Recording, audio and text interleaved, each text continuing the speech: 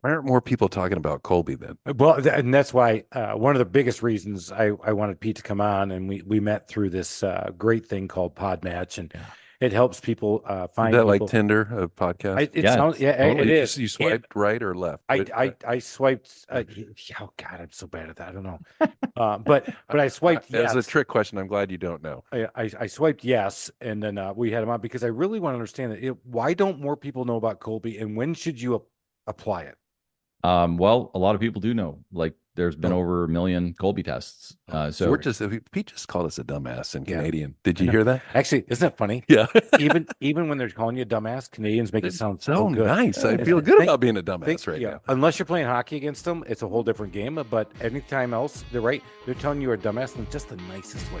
Welcome to the Small Business Safari, where I help guide you to avoid those traps, pitfalls, and dangers that lurk when navigating the wild world of small business ownership. I'll share those gold nuggets of information and invite guests to help accelerate your ascent to that mountaintop of success. It's a jungle out there, and I want to help you traverse through the levels of owning your own business that can get you bogged down and distract you from hitting your own personal and professional goals. So strap in, adventure team, and let's take a ride through the safari and get you to the mountaintop.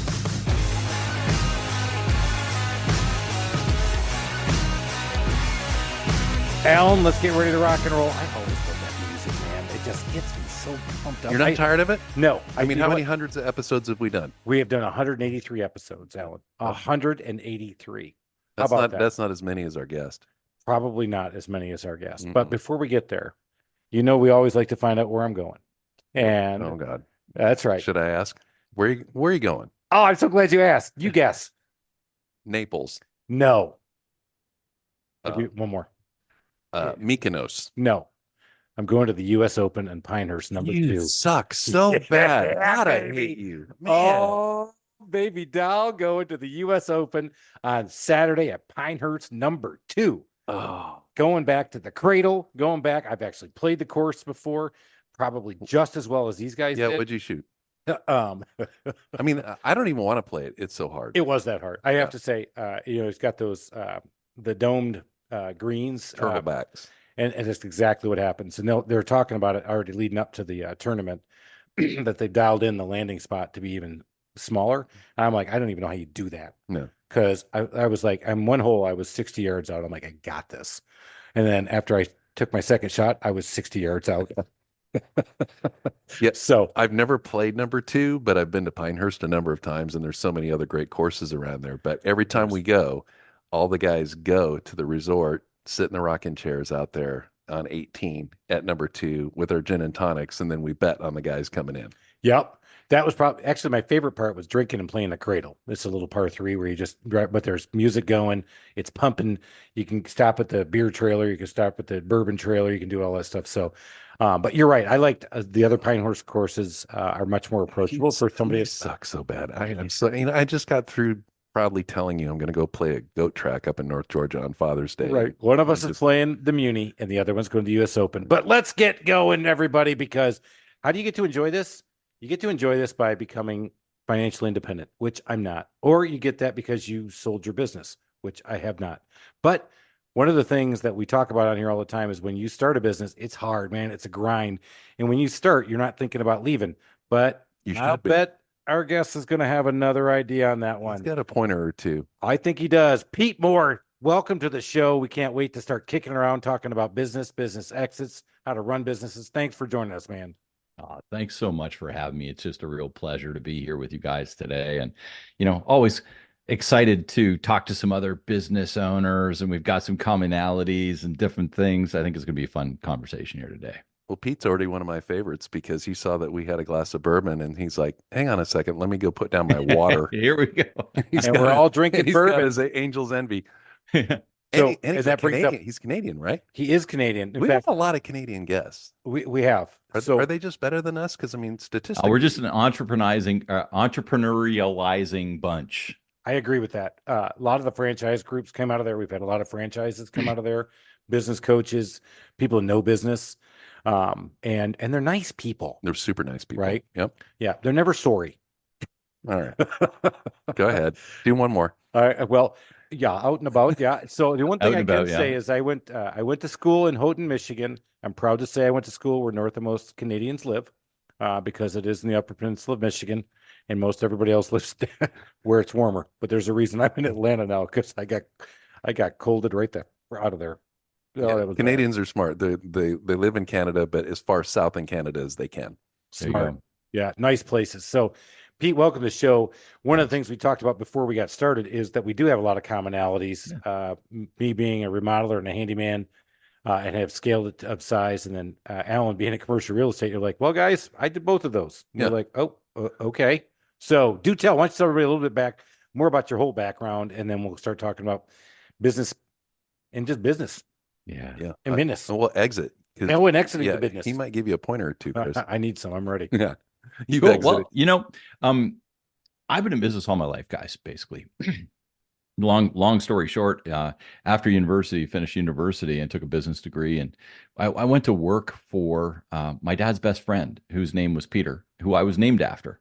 And basically, I worked for him for about 6 months. And he said, Peter, and he said, I think you're meant to be on your own, doing your own thing. And I said, I agree.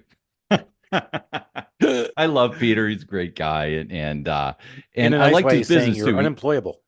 Yeah, exactly. And I loved his business. He was heavy commercial landscaping stuff and gabion baskets and all sorts of different pipes and tile and all sorts of stuff. My family has always been involved in heavy construction and stuff like that. So I've got some background there. So I just liked that business, but I realized at an early age, and I was 23, I realized at an early age that, I just wanted to do my own thing. So you talked about franchises. I bought a franchise. I had $10,000. And at the time, that's what I could afford. That's what I had saved after university. I paid for my university because I worked all through university. It was paid, and I had $10,000 extra. And back then, we used to flip. This is 1994. We used to flip through Entrepreneur magazine like every month. What's new? What's happening? See what the franchises were, see what was new, and all this stuff. And I found this one called Surface Doctor, and Surface Doctor was a company that was based in Atlanta. So I actually, Joe Lunsford owned 4 franchises based in Atlanta, Furniture Medic, Professional Carpet Systems, Surface Doctor, and Floor Coverings International at the time. So, Holy crap. Yeah. Floor Coverings International still going here in Norcross, and literally less than 10 miles from our house. Yeah. We drive by it all the time, Alan. Yeah. They were on Old Dixie Road at the time. Yeah. I don't know where they are now, but So you stuck all your 10 grand into this business. Did you think about having like any operating capital left over, or were you just no, man, I didn't think about that. I'm 23. Yes, I'm 23. Damn the torpedoes. So We'll make it work. Yeah, that is such optimism you of got an to paint that entrepreneur. picture for so many people listening to this. If you're thinking about starting a business, we didn't have these things like podcasts and Oh gosh, no. TV. We didn't have TV. We didn't have microwave. No, this is only 94. It wasn't that bad. So, but we didn't have all the stuff you have available to you on your fingertips and the internet. So he's talking about the franchise magazine. Yeah. I used to buy the Entrepreneur magazine For sure, cover to cover in the same time frame. That's the only way you can find out what's going on, right? Yeah. So, all right. So you picked which one? I picked Surface Doctor. So, and with that business, we refinished bathtubs, we refinished tile, we changed green, avocado green bathtubs to white. I ended up getting into bathtub liners and wall systems outside of the franchise in a later date.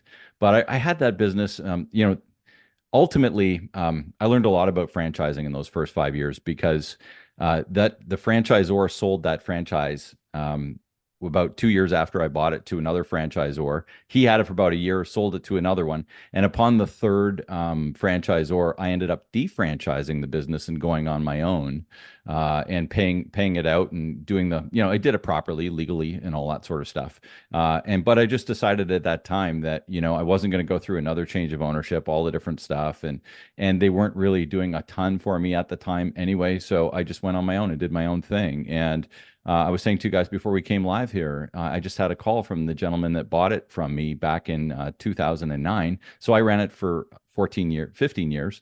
And then he just called me and he said, hey, I bought the business from you 15 years ago and it's turning 30 here in August. So it's like amazing how time flies, but the business is still doing well. It's still a multi-truck operation. I mean, I started myself, went out and did the spraying, did all that sort of stuff, had one truck, and then got off half day of a truck, started another guy, just like you would think anybody kind of starting off their business, right? I was selling, I was spraying, I was doing all the stuff, and we built it up to a multi-truck operation, and it was really well and still doing well today. And at the same time, I ended up buying another franchise. So I had two franchises at the same time. And that franchise was called Sani Service, which in the States was called Swisher.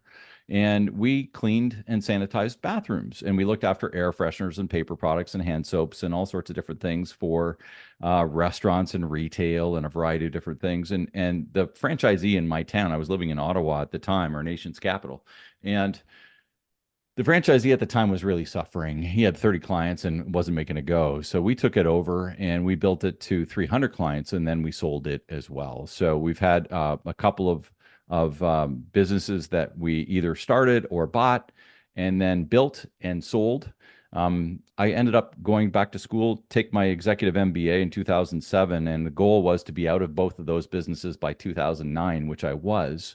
And then I ended up becoming a business broker, helping people buy and sell businesses, which is where I found the business that I still have 14 years ago that we bought in 2010, and it's called Shoetopia. And we have a couple of shoe stores that we're still operating, owning, and operating as ongoing entities. But I spend most of my time coaching other business owners these days with simplifying entrepreneurship.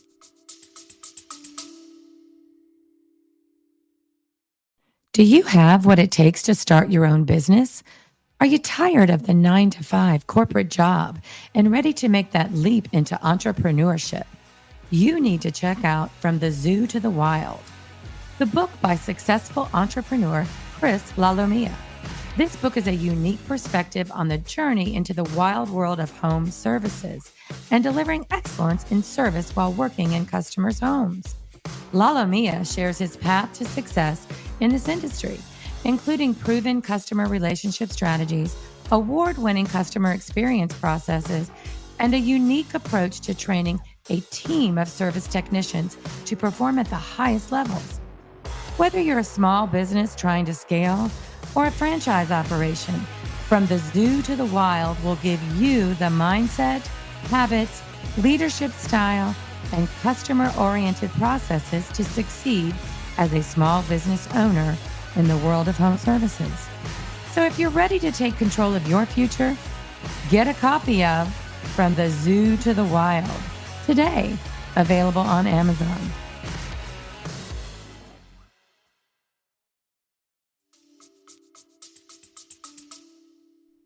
And then let's talk about that. Who would you rather be coached by?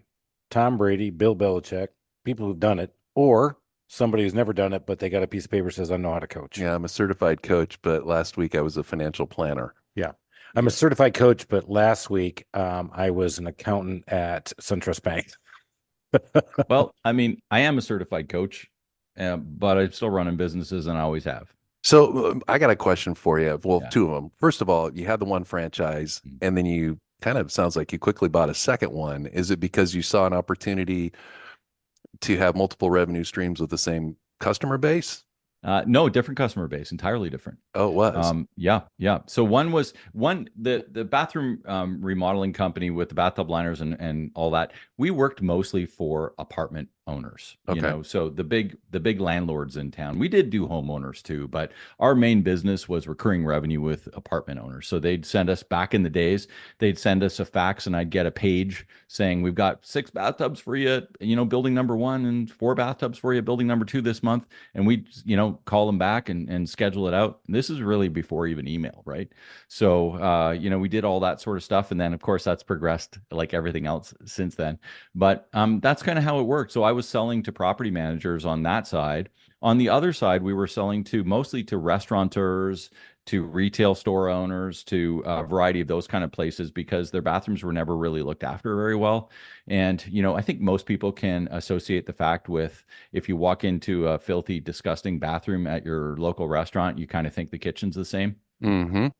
That's a good point. Yeah. Yeah. So our goal was to make sure that the bathroom smelt good, looked good, were sanitized, fully stocked, and looked after, so that because they weren't doing a good enough job, and good owners recognize that. So we would go into their spot once a week and take care of all that while their own team looked after it from day to day. But at least once a week, it was really getting fully serviced and sanitized, and then stocked up to make sure that everything was looked after, all the dispensing equipment was working, all that sort of stuff. So it was sort of a behind the scenes business, but at the same time, we had 300 clients, so it was a needed service. Okay, well, that created another question, so I still have one in reserve. But All okay, right, go. so you buy the second Yeah. business. Why do that rather than just spending? I mean, you've got a certain amount of time, certain amount of resources. Yep. You can focus on the one that you have and scale it Yep. up. But Yep. in this case, you decided to divide your attention, and it wasn't for the same target customer. No, it wasn't. And I like to diversify. I'm also a little bit scatterbrained at times and like to have different things on the go at different times. And so, from a variety of aspects, I was looking for something a little bit different after running that other business for a while. I had a good management team.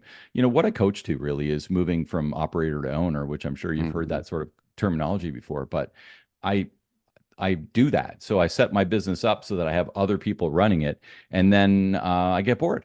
So Maybe yeah, that answers the original second question I had before I asked my second question. But yeah, most of the entrepreneurs that we talk to, I mean, and exit strategy is a recurring theme. yeah, But when it you is. talk to most entrepreneurs, they really weren't thinking about that when they got in. And yet, in the first few minutes, you already talk about, yeah, my plan was to get out of this one and get out of this one. Oh yeah, Why was that so top of mind for you early on to know that you wanted to get out?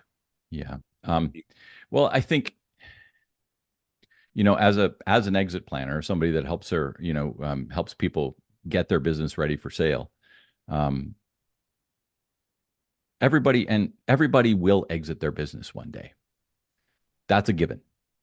So, in my opinion, exit planning is just good business strategy. So, you need to have your business running on rails, not only for the fact that it's going to be more value when you go to sell it, but also to enjoy some of the freedoms that it offers you as the business owner. So, if you end up having to make every decision in your business every day, you have to open the door, you have to close the door, you have to make every sale, you have to spray every tub in that case, or clean every toilet with our other business, or sell every pair of shoes with the business that we've had for the last 14 years. Um, you can go work for somebody and not have the headache, stress, and financial commitment. So, why are you a business owner? Does that hurt, Chris? It does a little bit because I'm still doing it all. Um, the question I've got for you, following up on that, were you thinking of the idea that you'd have one sell one, and you'd always? So I had the two businesses. I was always thinking about actively exiting Not one of them. not really, because I mean, I held the one for 15 and held the other for 10. So we wanted to build and grow them, and we did. And even the ones that I have, the shoe store, I bought one shoe store. We opened another one. We opened a third one. We closed the second one, which didn't go well because we've had some failures too. I mean, we've been in business 30 years, so not everything is peachy. What? But That's yeah, impossible. no, It has imagine, been for eh? me. Right? Yeah, Oh imagine. my I've God, I've just had some the learnings. sarcasm just like dripped through the microphone when I say that. But yeah, Yeah. I think, again, a lot of people listening to this, and I've talked to a number of them over the years, and actually in the last 2 months, I've had another guy come into our office to tour and see how we scaled our handyman business. Nice, nice. And we talked about this, and that is staying singularly focused and being able to grow your business. Yeah. But you said, I'm going to try different industries. And I think Mhm. sometimes for a lot of people, that's the shiny object. I'm excited about it. Mhm. Tell me the disciplines you had to have to be able to execute that. So, there's so many little catchphrases that I use on different podcasts and different things that we talk about, but a couple of them are like this. One is I've had to move from detail to dashboard, right? I've That's a had to good one. move I like from that. detail to dashboard. That could be the And podcast title. yeah, and I mean, I think the reality of it is I can't be in the details all the time. I can't. I couldn't continue to grow anything. I couldn't continue to coach business owners and take on new clients. I mean, this morning I booked a job, another half day session for I'm also Colby certified with the Colby system. And so I booked a half day session with an executive team. But if I had to open my store that morning, how would I go 2 hours away and work with an executive team for the day? Like, there are different things that you just work your way out of some of the detail as you move from those different levels on the accountability chart to the owner's box, right?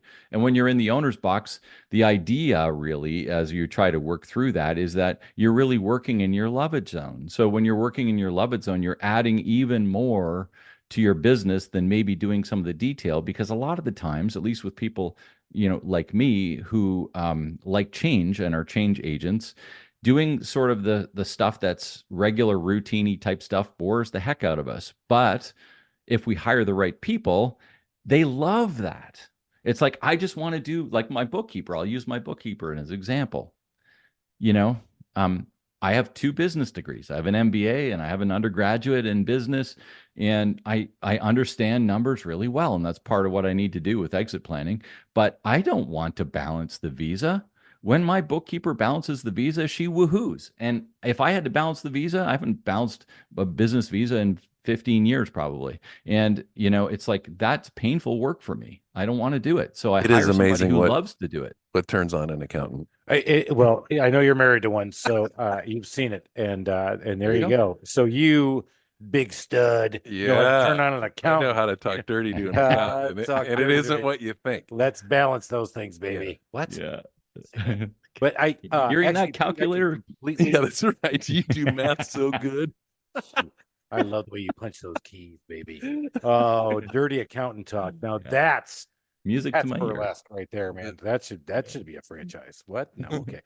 But Pete, you hit on a lot of things that happened to me. A lot of times as an entrepreneur, we don't have the flexibility to be able to see outside of it. And you had to move from operator to owner. Yep. And you guys start, and I always tell people, and I want to see what you think about this. You said work in your love it zone. I say, find the stuff you hate working on and hire somebody to do that, because you Same said thing. I do not woohoo when my books were complete shambles 2 years ago. I woohoo. I was throwing shit all over You my. boohooed. I boohooed, and I let everybody have. Is there what's the analogy for the damn it doll that I have in my office? Because it was getting flung everywhere because it was a mess.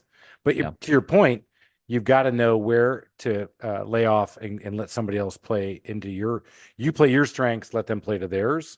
And we were just talking with the guy who came into our office. I said, nobody sells your business better than you do. I said, so in the beginning, I would say, if you like sales, stay in it. If you like, oh, I can't stand it, I said, then find a really good sales guy. But you got to find it. And so he's like, you're right. So he's actually out looking for somebody who's going to be his CSR, first touch superstar in the office, who's going to do the bookkeeping and the scheduling, because he can't stand that. He wants to be doing what we love doing. Out here talking. Is a love it zone your term, or is that a Colby thing? No, it's mine. So Nice. I put my Chris will clients steal through- it, by the way. Yeah, go. I mean, already stolen. By the way. Yeah, I One of think my next book. Alan. International boundaries, nothing applies. That's what I figured. I mean, he can't come after me. I mean, so I got from the zoo. To I mean, the some wild, and now people my call next it their book- genius zone. Some people, there's all kinds of different things, but Actually, my for next me, book's gonna be I called call it Find Your my Love love It it zone. That's right. By Chris Lalamia. Find Your Love It So by Chris Holloway, with credit to Pete Mohr. All right. So Pete, it's we've been talking about this Colby stuff, so I was going to hold. We got to get into it. Yeah. So I'm a disc guy. I've had everybody in my company been profiled by disc. I use it one way, but I'd be interested in what you think. Colby, Enneagram, disc. Talk to us a little bit about. I'm thinking about doing this. Which one should I use, and why should I use it? Well, there's three parts of the mind. There's thinking, feeling, and doing. And the thinking side of things, the cognitive side of things, is how smart are you and what have you learned? So there's IQ tests out there. And, if you were to be a bookkeeper, let's say, and you're hiring for a bookkeeper and you put that bookkeeper through a test to see what their basic skills were, that's the thinking part of the mind. The feeling part of the mind is DISC, is Enneagram, is MBTI, is all those ones that ask you questions around emotional intelligence. Which do you prefer? Do you prefer to work this way or that way? Do you prefer to do things this way or that way? So it's all about sort of preferences and things like that. Colby's uniquely different in that it tells you how you take action. And that's why I like it as a business owner, and I coach business owners. So from that perspective, disc again is how you, if you look at their assessment, they're going to ask you, which do you prefer? Do you prefer this or do you prefer that? It's thinking. It's preference based. So you can't hire to that legally these days, right? But you can still hire legally to Colby because Colby has nothing to do with your preferences. It's how you take action.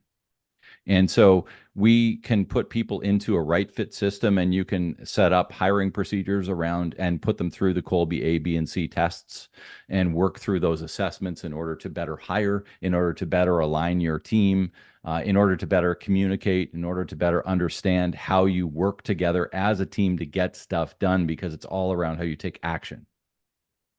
Why aren't more people talking about Colby then? Well, and that's why one of the biggest reasons I wanted Pete to come on, and we met through this great thing called Podmatch, and it helps people find Is that people. like Tinder, a podcast? It sounds, yeah, totally. it is. You swiped right or left? I swiped. Oh God, I'm so bad at that. I don't know. But I swiped yes. As a trick question, I'm glad you don't know.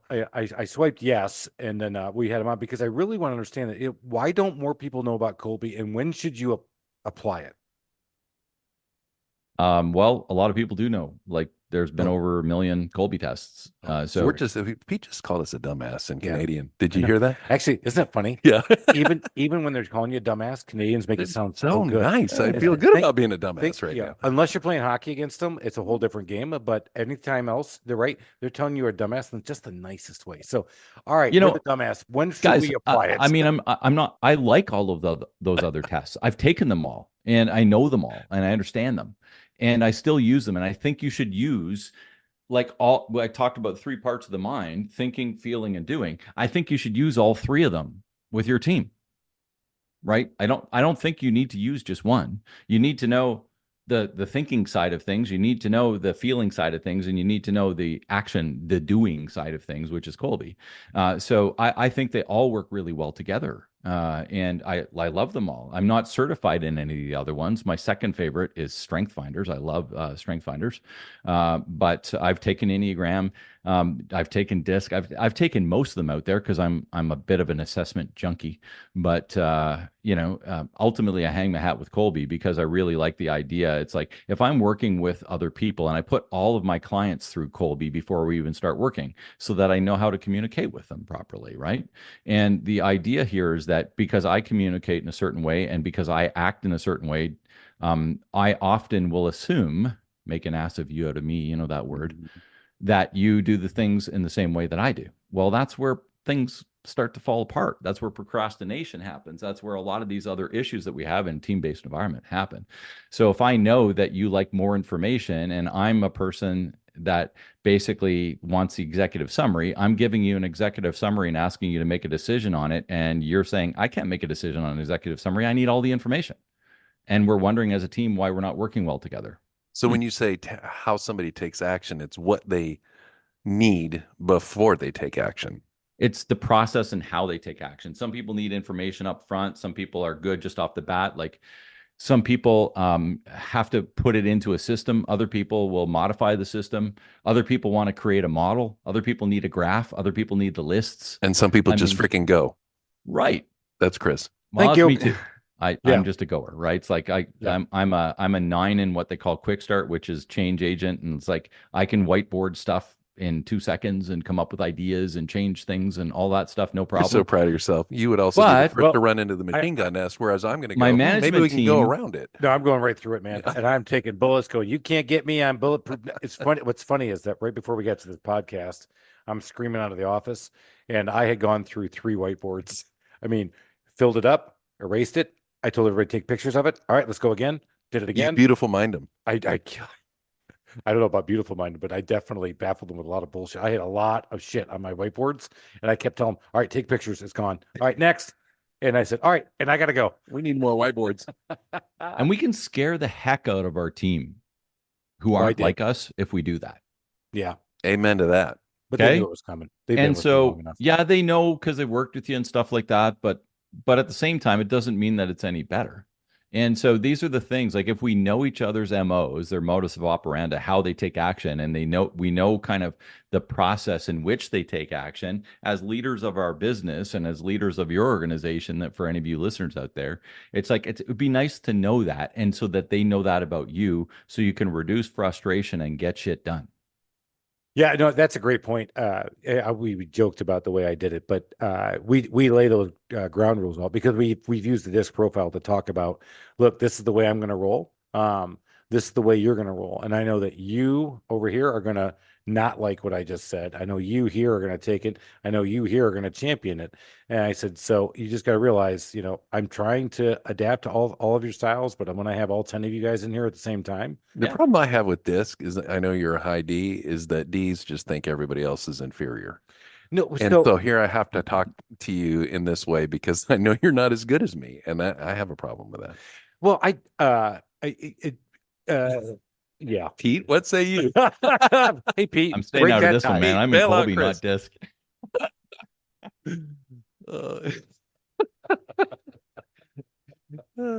Hey, whose podcast is this anyway? You know what? I got Michael, cut that out. No. You know what? YouTube, check this out. Yeah. Anyway, that's not the number one.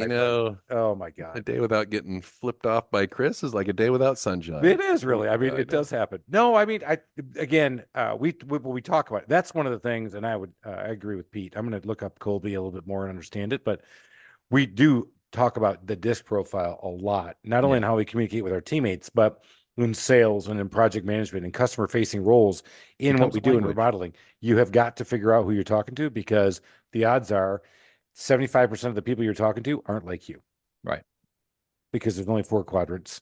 And yours is the best. Of course it is. But I know that. See, that's the thing. When I come here, Alan, I realize I gotta bring it down a little bit so I can let you talk. That's why I have to ask a few questions. Thank you. Thank you for letting me into your world, Chris. Well, now I'm letting you in a little bit. You complete me. But you know what? After I Colby you, you're gonna be in deep shit, because I'm gonna have another one that you never even heard of. So, all right, Pete, we got to talk about. You have a couple other. You said some great nuggets so far, right? Obviously, we need to talk exit strategy. Let's talk. All right, I'm in my biz. I'm getting started, or I've been at it for a couple of years, like say, I don't know, 16. What would you tell people what to start on? Where do they start working? Where should they start shifting their focus? It's different for every single person, and I'll give you an example. I talked with somebody today. She owns a pet store, has been at it 25 years, and is looking to exit her business she actually has a date. I think it was September 26th. So she's about 2 years away. Well, that's a super specific date. Yeah. Well, that's when her lease ends. Oh, okay. So she's like, I want to be out before the end of the lease because I don't want to sign another 5-year lease. So it's given her a target, right? Which is great. And 2 years is a decent amount of time, because for people that are looking to exit their business, if you want to exit your business and obtain sort of maximum value for your business, you're probably going to need between 2 and 5 years to get it ready if you haven't started. If you're just running your business and, haven't really looked at any exit strategies or understand that kind of stuff, you're probably going to need 2 to 5 years. One of them is to clean up your books and get them ready for exit so that they're clear and understandable by a potential new owner. One of them is to clean up your process. Do you even have any process, or is it in your head? We need to get the stuff out of your head, onto paper, onto video, into a shareable, understandable, recurring, executable way of doing business without you. These things take time. And if you haven't started, when should you start? Probably today. And you start learning about some of these things and you start working on this stuff, because the idea of being exit ready, like I said off the bat, is that it's just good business strategy to be exit ready. Because here's the thing. About 50% of businesses that business owners exit their business, not because they want to, but because they have to. Right. It's forced upon you. A lot of the times entrepreneurship is forced upon you. You maybe you've been downsized in a company. Yeah. Maybe you've been told you're no longer employable by them. I get it. But I think that's what I've heard, and that's why you answered the question the way I was hoping that I would expect that, and that So, is so I got a quiz for you. all And right. I don't know the answers, but in Pete's notes, there's the 5 Ds Mm, of unplanned business exit. yeah. I got one: What? death. Yeah. Okay. Right. Divorce, 2. Mhm. dismemberment, Whoa, I'm liking where this is going, though. divestiture of You know all your what? funds. We can reclassify ourselves as True Crimes Podcast after That's this, and we're gonna hit the stratosphere. All right, Only for death, entrepreneurs, though. Crimes, divorce. entrepreneurial crimes. Yeah, death, divorce. I don't think it's dismemberment. could be. Dysentery, This is- diarrhea. I don't know. All right, we got 2. What are the other 3? You got disability because that happens. I See, mean, you that get is in a car dismemberment. accident, I'm right. right? Oh, okay, And fine. or I'll so allow it. you have death, you have divorce, you have disability, you have disagreement, which is partnership disagreement. Partnerships Oh, Okay. can be brutal. And you have Yeah. distress, which is financial distress. Like Mm. COVID has caused a lot of people to exit their business because they couldn't hold on. They were already teetering and they teetered too far. So distress can be in a variety of different ways, but a lot of the times it's got to do with financial distress, whether But it's if you've capital worked with issue. Pete beforehand and you've got your plan and your systems in place and all that, then you can withstand one of the Ds, except for maybe the death one. I think Well, I don't know how you you know, overcome that. Actually, you can overcome that one, right, Pete? it's if you have things laid out properly and you have like the plan to what happens when I pass or if I pass, here's who should make here's who is capable of writing the checks, here can make the calls, here's a business broker that can sell the business, he already knows what we're about, all those different things, or maybe it's handing off to family members and that's already set up and in place. I mean, the variety of different things that can happen, but the idea is that you should have contingencies for these different things, because I talked to a business banker earlier today. We had lunch, and she was saying how one of her clients got cancer and passed away in 3 months. Like Hmm. literally was Right. healthy, 52 years old. 3 months later, dead. And the business wasn't really ready for exit because the Right. person's like, I'm not ready to. I'm running this thing. I feel good. I'm running it. And they weren't ready. And like from our side of things, even if I put my business broker hat on, which I'm not anymore, but I used to be, like it's very hard to sell a business that doesn't have process, like that's outlined and clear, that doesn't have accountability in place, that maybe doesn't even have an organizational chart, which is a lot of small businesses out there that don't actually have an organizational chart to show who's in charge. And if the organizational chart is completely flat, you got 14 people and there's 13 under you, that's not so good. Because if you Been want there. to sell that business, that means the new owner has to look after those 13 people. And if they aren't in your industry already, they don't know what to do. Mm-hmm. Yeah, I think a lot of people, that's a big one because actually, Alan, you said it. Well, you can't overcome death. Well, they can. And it doesn't have to be as crazy as getting a lawyer. And it's not as complicated as you think. You start with small little baby steps and get yourself into it. And you'll find that the pieces start to fall together. And that's what Pete was saying that I wanted everybody to hear is that exit planning doesn't have to be this holistic. I have to go away, smoke some ayahuasca, No. sleep in the mountains, take 7 weeks, Sweat lodge. go to a sweat lodge. No, it's little things and pick out the Ongoing. little things that will make sure that you're ongoing.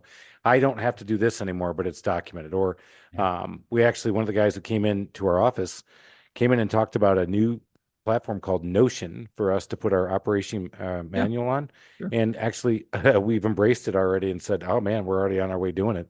Yeah, it's good. So we have the operating You manual. hear Pete? He kind of approves. I mean, he kind of looks down on it a little bit. Notion's good. Notion's good. I mean, it doesn't, I'm sort of tool agnostic. We use Trello, we use G Drive, we use 90.io. We use a lot of different technologies to do different things, but I'm totally familiar with that. And I think the idea is you got to use the technology that's going to work for you and your team. Yeah, so we're testing it out, but so far my general manager has gone gaga with it, and Love it. literally over just a week and a half. But Yeah. back to By the way, the general manager thing is a new thing for Chris. How's that? Nice. How's that working? It is. Put you on Well- the spot in the air. We're in 15 Right. galaxies now, and so everybody's going to know. everybody's going to know now Yeah. that I've done this. We have Pete on because yes, I am working on an exit strategy. Sweet. I'm 3 years into my 5-year plan, and one of those was to put a general manager in place on my biggest unit, which is Atlanta, to run the remodeling and the handyman division here. I'm still going to have Athens, and I'm still going to have the Home Service Institute. But yeah, it's been going really well. It was a good hire because he is not me. You always want to hire for people who are smarter than you and do things that you don't. He loves the details. It's a pretty low barrier to entry, don't you think? The smart thing? Yeah. No. Oh, okay. Remember, I'm a high D. Oh, that's right. All right. Did I mention I can take over the world? I'm kidding. No, it's true though. Yeah, I know he's doing a great job, and it has gone well. I've allowed him some freedom and some flexibility, and I've also we're working on a working relationship that's working out pretty well, and we've already had our first. Hey man, don't do that. You got to do this. And he went, okay, got it. I'm like, oh, that was easy. Hmm. Yeah. Has he set you straight yet? Oh yeah. Yeah, I said, hey, when you come in, you're allowed to ask me dumb questions, and he does. I said, but I'm also allowed to go. That last question pissed me off. I'll have to get back to you on that one. And that's that's what happened. But no, I said you're allowed to ask me dumb questions, and why do we do it like this? I said you're here to make sure that we run better and more efficiently than we do today, and he's doing it. Challenge the status quo. Yeah. In fact, one of the things is they keep turning my lights off in my office when I go like out to go to the bathroom or I go take a phone call and walk around the building. I'll come back, my lights will be off. And yeah, that one pissed me off. But they're trying to save pennies. I love it. They're trying to save me money. Put a motion sensor in there. That costs money. All right, back to Pete. All right, back to Pete. Can we, please? Yeah, Pete, do you clients all over the world, just Canada, or can everybody have access? Most of my clients are in the States, actually. Really? Yeah, and I only in North America at this current time. I do have clients in Canada, but probably 70% of my clients are in the States. And I do a fair bit of speaking at conferences, and I run group sessions for different associations. Like one of the associations that I work for is the National Shoe Retailers Association, and I run next generation groups and conferences around transferring their businesses to the next generation. And so we talk about, the kids side of things, the adult, the parent side of things, and how the transfer of accountability goes and how the transfer of ownership goes, because it's two different things. A lot of times parents transfer accountability way before they actually transfer ownership. And sometimes the kids are in the business 30 years and they still don't own anything, but they're basically running it and have for many years. So there's a lot of intricacy in family business. And so I do some of that as part of exit planning as well and helping families through that sort of stuff. So whether you're looking to, exit and, there's, like I said, even understanding your exit opportunities is part of the exit planning structure, and understanding what that looks like for you and your situation and what you need, and to understand what the wealth gap is the business the biggest part of the wealth gap that you need to make up to retire successfully? And if it is, what's the valuation of the business? Because a lot of people, their buddy at the golf course said, hey, your business should be worth $2 million, but in reality, it's worth 570. Yeah, that's a bit of a gap. And if I'm planning on $2 million and I think that's going to be good, and I really don't know, and I really haven't had it valued, then that's a problem. Because if you're expecting 2 million and you need 2 million, we need some time to get it to 2 million. Right. No, I think you're funny when you said your buddy at your golf course, because it's also the hey, I sold in business. Oh, how much? Oh, I was like a 7 multiple, and that's like, yeah, you're swinging. I'm like, oh, okay, good for you. Mm-hmm. But these are all vanity numbers. The real numbers. 7 multiple on what? Yeah, exactly. Yeah. Right. So one of the things you said, so one of your specialties is working with families and family transfers. That's got to be some interesting dynamics where your specialty really hits. Yeah. And I think, Colby overlays in that too. And it's like, understand, because just because you're in the same family doesn't mean you have the same way of taking action. Interesting. Right. So, because it's not learned. Colby is not a learned thing. It's who you are. It's innate. And, Kathy Colby developed the Colby system 50 years ago. She's in her 80s now. And they've been doing Colbys for 50 years. And people who take them 50 years later, it's the same Colby.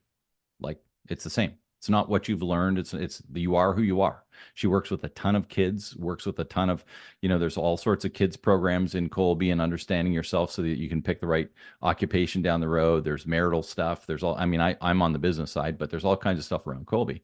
And the idea here is it doesn't really matter. You really don't change over your life and what you've learned and what you've seen and what you've heard and all this stuff. It doesn't change who you are and how you make action and how you take action. So from that perspective, it's really an interesting thing. So when we start looking at that and overlaying that, so a lot of parents in their business expect their son or daughter to do what they did. They may not be the same type of operator, and quite honestly, you should embrace that. And they can hire around other things as they take over the business. And we hire other professionals that are good at what they're doing, like we've already talked about on this podcast. And for some reason, it seems that a lot of family businesses don't accept that as well as corporations or whatever the case is. But when you start looking at that with factual sort of numbers, and you can take something like a Colby and put numbers to it and say, oh, this makes sense now, and we have a dashboard to look at, and we can make decisions based on that instead of gut feel, then it makes sense to make some of the decisions that we need to make in the transfer of this business, not only in accountability but in ownership. Nice. Oh my gosh, this stuff has been awesome. I'm digging it in. I'm drinking it all in. You But got man, a lot of notes there, buddy. I do have a lot of notes. But man, we're coming to the end of our time. Yeah. So, Pete, how can everybody get a hold of you? We'll put this all the stuff in the show notes. If you want to talk about whether we're a right fit for coaching, just go to speaktopete.com, speaktopete.com. You can book an appointment with me. We'll have a chat for half an hour and go through kind of all the things that I do. And if we're a right fit, that's great.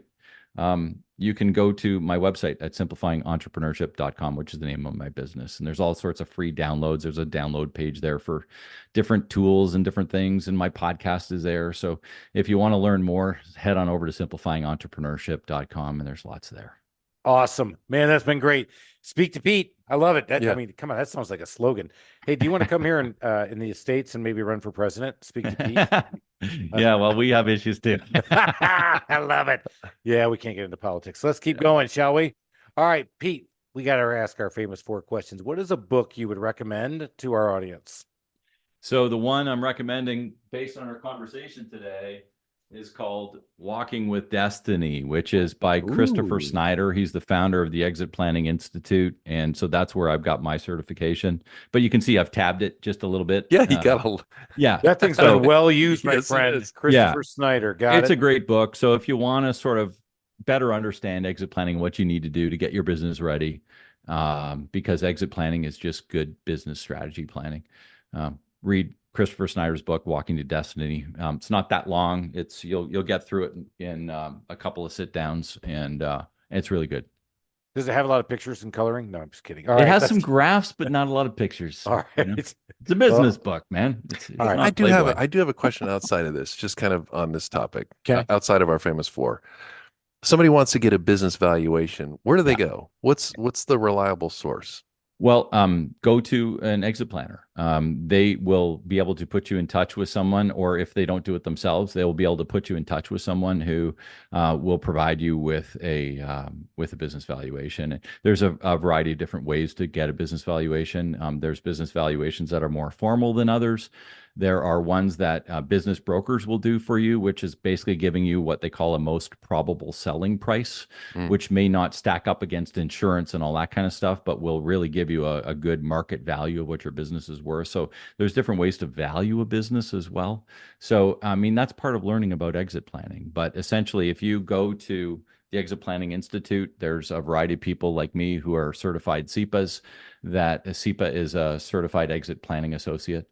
And, whether you're a financial planner, a lawyer, an accountant, or any of us can have, or a business coach can have CEPA designations. But if we aren't doing valuations ourselves, then we'll certainly know somebody that we can put you in touch that is going to give you an evaluation, because that's where it all starts. It really starts with this: what's my business worth? And when I have that, can I actually make sense of whether this sounds right to me? Is it going to fit to my financial plans? And if it doesn't fit to my financial plans, then what do I need to do to instigate change in order to get it to where we need it to be, so that I can exit and create a legacy for myself and for my family, which is one of the reasons why a lot of people get into business, right? I know what you're thinking, Chris. Dang, Alan, that was a good question. Dang, Alan, that was a good question. Thank you. I Yeah. appreciate it. And I no, actually, what I was thinking was like, how do I legacy? No, everybody, I was down in the weeds. I'm taking notes. Walking with Destiny, Christopher Snyder, and I'm cracking in my voice because I'm so excited about this. All right. Can we go on to the other one? Mm-hmm. All right. Thank you. What's the favorite feature of your house? My outdoor lanai, just kind of a nice little area to be and sit and relax and enjoy the warmth and The outdoor lanai, like Yeah. that. I just got done telling somebody I'm not really outdoorsy. I'm more outsidey. Yeah. So when I go That to is the truth. when I go to my cabin, I had the windows open this last weekend, and Dan Whippoorwill came at 3 o'clock in the morning, and I was like, "Oh, that's enough of this." I had to close the windows, put the AC back on. Do you get mad at the deer when they're outside your cabin? I mean, Yeah. you're kind of in their territory. Yeah, well, not only are they up there, but they've been eating my knockout roses here at my house. Yeah. You look out back, they're all gone. They picked off all but one, those little shits, and they left little pebbles of deer shit all over too. I said, so yes, I just went and bought deer repellent and a gun. But anyway, no, I'm one with nature. Anyway, back to Yeah, you outside, are. shall Yeah, we? we see that. All right, that didn't hit a nerve, did it? No, okay. That's what I'm here for. Mm-mm. All right, Alan and I pride ourselves on our customer service focus on what we do because we're kind of customer service Freaks. Thank you. When you're a customer serve and you're out there and you're the customer, what's a pet peeve of yours? Well, I've got a few, but one of my personal pet peeves, especially if it's a business relationship, being late is a problem for me. And it's like, Working with the Hispanic population must be tough. Because I'm yeah, telling you, well, man, South Americans, they love being. That's just You have just alienated like a fifth of the world. Well, no, he You know, said it. because- I didn't. I like working with them. No, he didn't. No, I'm late too all the time. So so it's just But one it's of the wild. things. I mean, I work with it and I deal with it, but you ask me what bothers me, that's one of the things. Now, are you okay if somebody before they're late calls you and says they're going to be late? Yeah, for sure. Okay. there I you mean, go. that's common courtesy as Communication. far as There, I'm concerned. common courtesy. Yep. Yeah. No, that's that's a good one. I like that. All right, that's a good customer service pet peeve. I like it. Okay, and the last question. We want a DIY nightmare story. Yeah. Back to the 5Ds that we thought were out there. That's right. Death, dismemberment, divorce. Actually, all of those We could be a just DIY enjoy nightmare. other people's pain. We do. So, Pete, So. tell us the story. And I've seen a few, mostly regarding bathrooms because we worked in bathrooms a lot. But I've seen just some crazy ass electrical and plumbing. And, as you rip open a wall to, retile a wall or put a tub surround in or whatever the case is, it's like, what is this kind of stuff doing here? Nests, I've seen, just different. I've seen insulation, sand insulation, like filling the cavities with sand for insulation. I mean, I've seen That all probably sorts of, works, don't you think? No, it's too thick. Yeah, no, you don't want that. Oh my Okay. God, no. it's like every time you close the window, it's like puffing sand. And it's like, where is the sand coming from? You rip off the Oh wall. my and, like, the God, that sand is just, like, falls crazy. out. That's a So lot yeah, of work. yeah, I've definitely seen my share over the years of different things that are just wrong. Basement issues where people have DIY'd their basement, and it's like, what is going on here? I just had a former customer of mine. She moved away. She actually moved up to Blue Ridge. Send me a picture of a door that was installed upside down. Yeah. It is so hard to put this door in upside down. The guy actually had to do like 3 times the work that if he just would have done it right. She sent me that picture and she goes, "Can you please move to Blue Ridge and work for me?" And I was like, I know, it's just crazy some of the crap you see out there. I've seen screen doors upside down because and literally the window at the top and the dark part, like flipped over screen doors upside down and stuff like that because they got a deal, for half off on some door and decided to put it on upside. Like I've seen all this kind of stuff. Oh yeah, man, it's awesome. Working in the apartment buildings too. I mean, I saw gardens growing in sunken living rooms. I've seen Ooh. onions growing in bathtubs. Like Oh that kind of stuff where It's nice like to have fresh onions. no, oh my God, that's setting up the gross. lights and having your little garden in the bathtub, and we're supposed to go in and spray the bathtub. I'm like, I can't spray this Genius. bathtub today. There's a garden in it. Oh, That's brilliant. I'm actually throwing up a little bit in my mouth. Really? Man, how can we send everybody off and go forth and conquer this week and make sure it happens on that one? Think of all the avocado bathtubs in the landfills in Canada. There's probably a lot of them out there. All right. You can make money any way you want. You can go out there and start your own business. But if you're not thinking about it the right way, systematize, process, figure things out, man. That's the hard stuff. It's not sexy. It's cool to get it done, though. Go check out Pete. Go out there and make it a great day. You can speak to Pete sometime this week. We're out of here. Gotta go. Cheers, Pete.